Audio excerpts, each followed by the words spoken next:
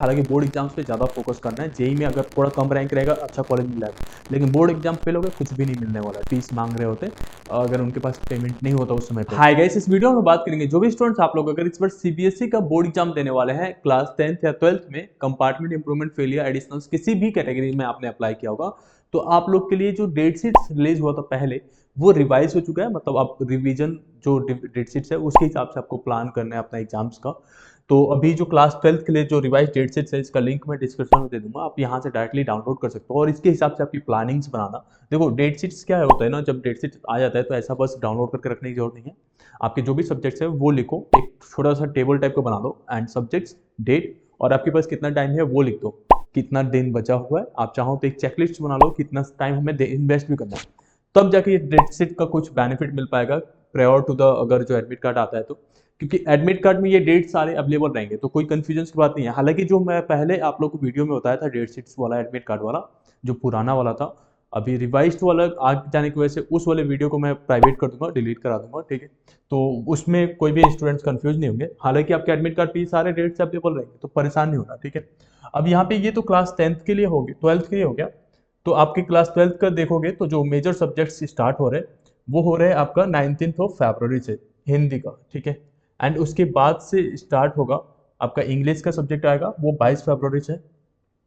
22 फरवरी के बाद से केमिस्ट्री आ जाएगा 27 फरवरी को। फिर आपका जो स्टूडेंट जियोग्राफी के हैं उनका तो हो गया 29 एंड 4 मार्च को आपका हो गया फिजिक्स। इसी तरीके से बाकी के डेट्स यहाँ पे अवेलेबल हो चुके हैं, ठीक है। एंड सिमिलर वे में आपका क्लास 10th का भी आ गया है और क्लास 10th वाले में भी रिवाइज हुआ है डेट्स, ठीक है। तो इसके हिसाब से आपको प्लान करना है। मेजरली आप लोग को ध्यान देना है कि अभी टाइम जो है ना बहुत कम है। अभी मैं दावे के साथ कह सकता हूँ आप में से बहुत सारे ऐसे स्टूडेंट्स होंगे जिनका आधा भी सिलेबस कंप्लीट नहीं हुआ होगा और 1 महीने में जो है पेपर्स है। आप लोग को कुछ चीजें मैं बता देता हूँ कि अभी अगर आपने प्रिपरेशन स्टार्ट नहीं किया ना तो फिर ये बचे हुए जो दिन है ना वो भी धुएं की तरीके उड़ जाएंगे और आपको पता भी नहीं चलेगा और एग्जाम्स में वापस से फेल हो जाओगे या आपके नंबर जो टारगेट कर रखा है वो भी नहीं मिलेगा। इसके लिए प्रिपरेशंस के लिए आप लोग को जो है हम लोग सजेस्ट करते हैं एडुकेशन की तरफ से आने वाले स्टडी मटेरियल्स को। सैम्पल पेपर्स आता है सारे सब्जेक्ट्स का अवेलेबल है, क्लास 10th हो या क्लास 12th हो, फिजिक्स केमिस्ट्री मैथ बायो और आपका अगर इंग्लिश हिंदी है सभी सब्जेक्ट्स का मिल जाएगा। ये आप अगर लेके अभी से प्रिपरेशन स्टार्ट करते हो तो बहुत ही आसानी से आपका प्रिपरेशन हो जाएगा। इसमें 5 सैंपल पेपर्स ऐसे हैं जो अनसॉल्व है, उनको आपको सॉल्व करना है, उससे आपकी प्रैक्टिस बन जाएगी, ठीक है। एंड 5 सॉल्व है जिससे कि आप ये पता कर पाओगे कि आपका स्ट्रक्चर्स कैसे होता है, हर एक क्वेश्चंस का आंसर्स क्या है, मार्किंग स्कीम्स दे रखे हैं, आपका माइंड मैप्स दे रखे हैं। अगर आपके पास नोट्स नहीं था तो भी यहाँ पे अवेलेबल है सारी चीजें, ठीक है।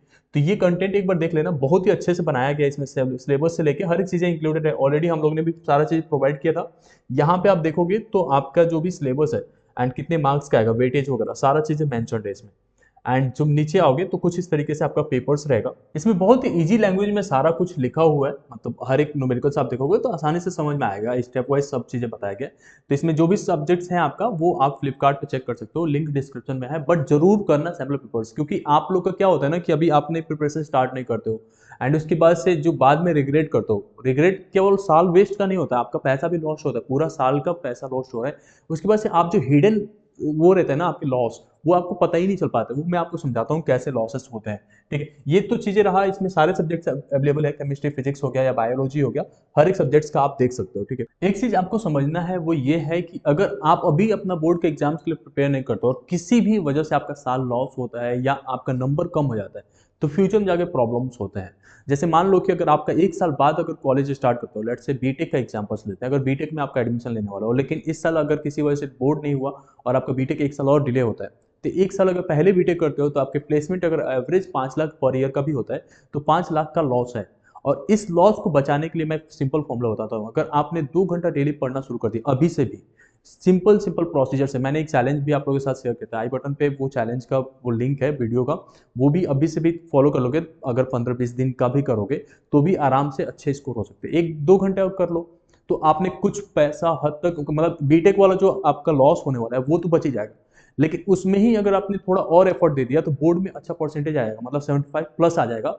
और 75 प्लस आ जाने का मतलब है कि आप मोस्ट ऑफ द कंपनियों के लिए एलिजिबल हो जाते हैं जब आपकी कंपनी प्लेसमेंट के लिए आता है। मतलब सबका क्राइटेरिया रहता है 75 प्लस। और अगर आपका परसेंटेज 85 प्लस आ जाता है तो आप लोग उन कंपनियों के लिए भी शॉर्टलिस्ट हो जाते हो जो स्टार्टअप कंपनियां होती हैं, जो बहुत बड़ा पैकेज देती है और जिसमें आपकी ग्रोथ की रेट जो होता है काफी बड़ा होता है। मतलब जो सिक्योर कंपनियां होती हैं जैसे माइक्रोसॉफ्ट, गूगल हो गया, या कोई एमएनसीज वगैरह हुआ है जो पहले से स्टेबलाइज्ड है, जिसमें लाखों एम्प्लॉयज हैं, तो उस तरह की कंपनियों में तो आपको सिक्योरिटीज बेसिस पे रहता है, तो वहां पे आपको थोड़ा कम वो मिलता है, पैकेज मिलता है। बट जो स्टार्टअप कंपनी आती है वो परसेंटेज भी ज़्यादा लेती है, आपकी स्किल्स भी ज़्यादा मांगती हैं, एंड देन वो पैसे भी ज़्यादा देती है, ठीक है। तो उस तरीके से आपको फोकस करना है। तो आपका 1 घंटा लॉस मतलब 1 लाख रुपए आप पूरे साल के लिए लॉस कर रहे हो।